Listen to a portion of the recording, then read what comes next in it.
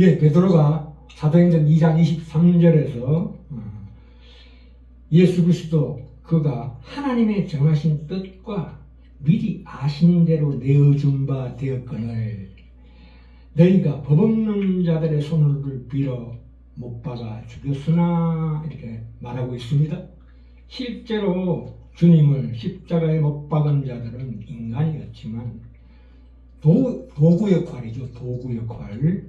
그를 죽이기로 작정하신 분은 하나님이셨다는 말씀입니다.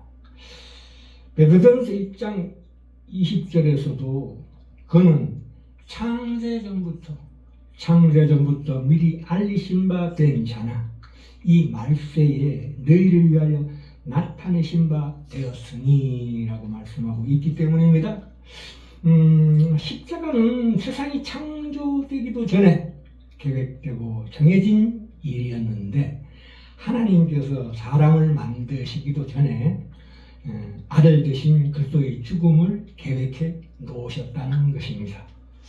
우리가 이 복음서에 나오는 이 예수님의 재판 과정과 그 뒤에 이어지는 십자가 처형을 읽으면서 무슨 생각이 드느냐 하면 그렇지 우리가 진리를 위해서 일사가고 사생결단 원색적으로 참 예수님의 그 처절한 육신의 상태를 자극적으로 극화하는 경우가 있습니다. 특별히 그 20년 전에 나온 패션 오브 크라이스트라는 영화에 그런 자극적인 장면이 많이 나오는데요.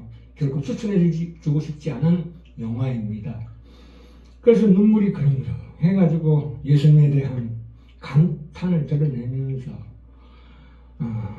헤롯, 빌라도, 바리새인, 서기관들을 그들의 죄악과 무지함을 지적하고 코함 지르고 울분을 내뿜고 해서 충고하는 것으로 시원하게 내 마음을 카타르시스 하면서 이제 하나님이시여 이제 세상이 인정하고 내가 인정하는 좋은 정의의 보상을 주시옵소서라고 대부분 이런 헛된 희망의 기도로 갈 수가 있습니다.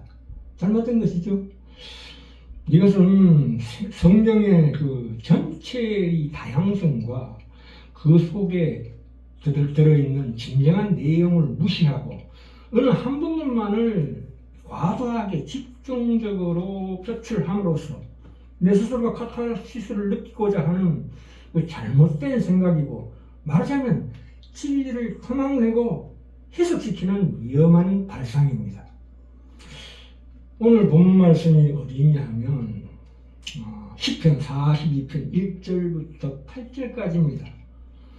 1절에 보시면 하나님이여 사슴이 시냇물을 찾기에 갈급함같이 내 영혼이 주를 찾기에 갈급하나이다. 여기 시냇물이라는 것은 마르지 않는 물입니다. 그러니까 고통의 가뭄의 시기에도 결코 마르지 않는 시냇물을 찾아 헤매는 사슴의 그 갈망을 얘기하고 있습니다. 그래서 7절에 보시면 주의 폭포 소리에 깊은 바다가 서로 부르며 주의 파도와 물결이 나를 엄몰하도소이다. 자, 8절에 볼까요? 낮에는 여호와께서 그 인자함을 베푸시고 그렇죠.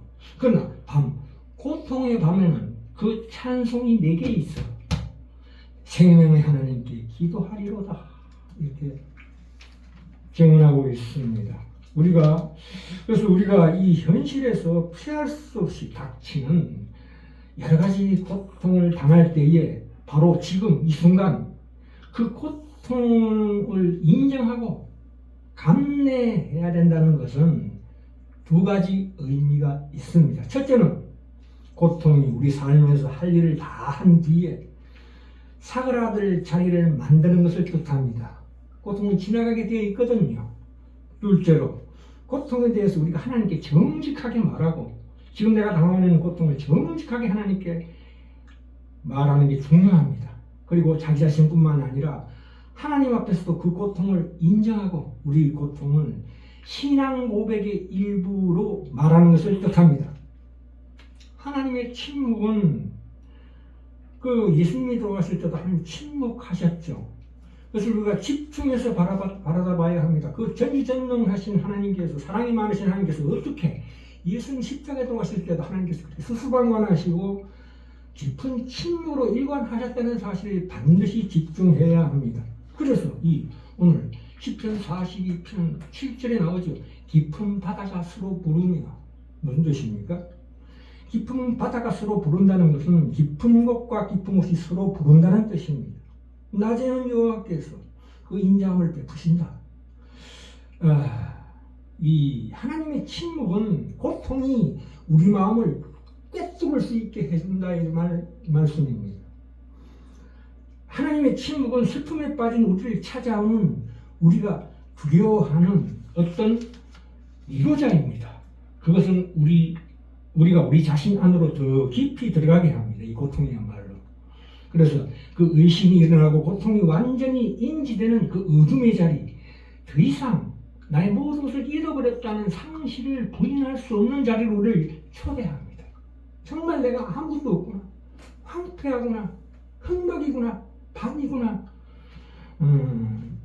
하나님의 침묵은 우리가 위로만 받기를 원할 때에 우리를 치유를 받으라고 우리를 도전하십니다. 하나님은 먼저 우리를 더 비움으로써 우리 마음의 자리를 만듦으로써 우리를 치료하신다 이 뜻입니다. 성경의 저자들은 종종 하나님을 신뢰하는 것에 집착하지만 욥기를 보시면 욥기는 그렇지 않습니다. 오히려 하나님의 침묵은 욥을 하여금 하나님을 도전하도록 밀어붙입니다. 마침내 입을 열었을 때 욥은 하나님께서 이 어둡고 캄캄한 상실의 심연으로 깊은 내면으로 들어오셔서 그곳에서 하나님을 계시하십니다. 그 욥기를 보시면 길고도 긴 논쟁 후에 결국 하나님께서 욥기 38장 12절에서 이렇게 하나님께서 말씀하십니다. 네가 너희 날에 아침에게 명령하였느냐 새벽에게 그 자리를 일러주었느냐 그것으로 땅 끝을 붙잡고 악한 자들 그 땅에서 떨쳐버린 일이 있었느냐라고 묻고 있습니다. 이게 무슨 뜻일까요? 아침과 새벽은 무엇을 지나여 오는 자리입니까? 그것은 밤을 지나여 오는 자리입니다. 아침과 새벽은 밤을 전제하는 것입니다. 우리는 광명하고 빛나는 시간만 의롭고 의미 있는 자리이고 어둡고 캄캄한 것은 무슨 차단된, 억압된 혹은 버려진 시간으로 보지만 그렇지 않습니다. 낮에는 다들 우리가 보는 것을 보지만 밤에는 각자의 영성에 따라서 다르게 비춰집니다. 모든 것이.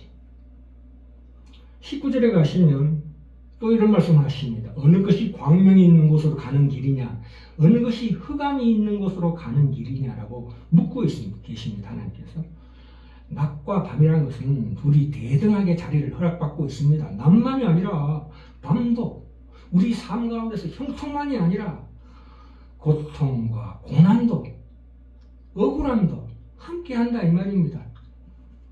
그래서 예수 십자가에서 죽으심으로 부활하신다는 것은 우리가 아는 최고의 절망과 실패가 승리로 가는 문과 같이 손을 맞잡고 있다는 것을 볼 수가 있습니다. 그것이 없으면 우리는 신앙생활을 할 수가 없습니다. 우리의 존재와 우리의 경험 속에서 만나는 어떤 일도 하나님의 그 성실하심과 능력과 선한 것을 방해할 수 없다 이런 뜻입니다. 우리가 그래서 우리가 기도할 때 반드시 명심해야 될 것은 지금 바로 여기 이 순간 내 마음과 몸에서 실제로 일어나고 있는 일, 겪고 있는 체험들에서 멀어지면 안 됩니다. 하나님이 보상으로 주신다는 어떤 내 마음속에 어떤 추상적인 생각들을 또한 자신에게 위안을 주는 생각들에 빠지는 것은 막아야 합니다. 우리 몸과 마음이 분산되는 것을 막아야 한다는 뜻입니다.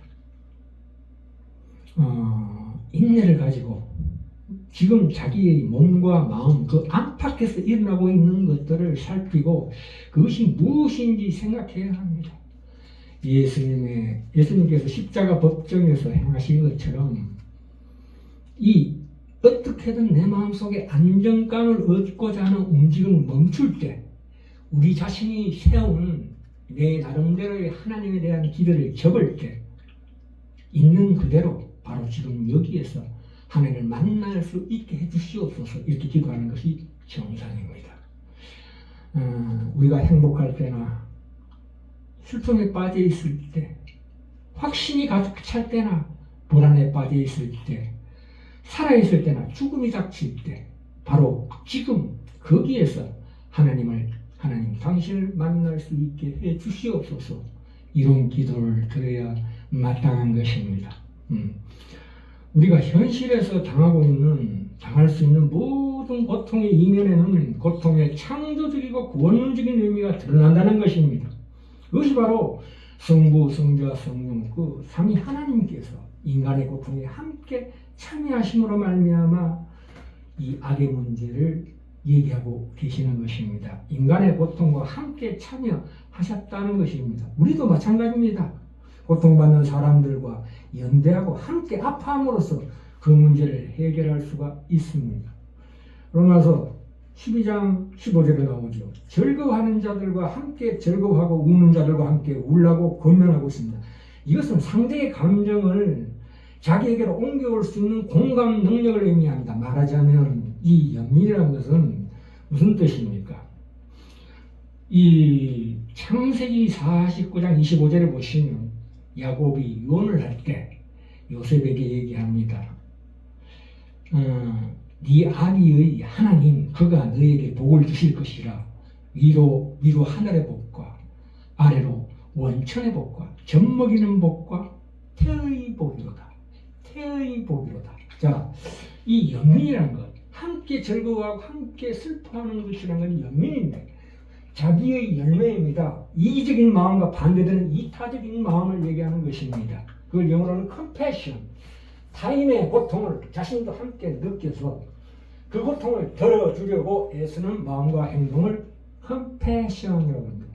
여기에 태라는 것은 이 히브리어로 레헴이라고 합니다. 레헴. 여성의 자궁 태반을 의미합니다. 그래서 이 산모가 뱃속 아기를 연결하는 그 생명의 끈, 그 texture라는 육체적인 이미지를 통해서 하나님과 우리 교회의 긴밀한 관계를 생생하게 느껴지는 것 같다라는 뜻입니다.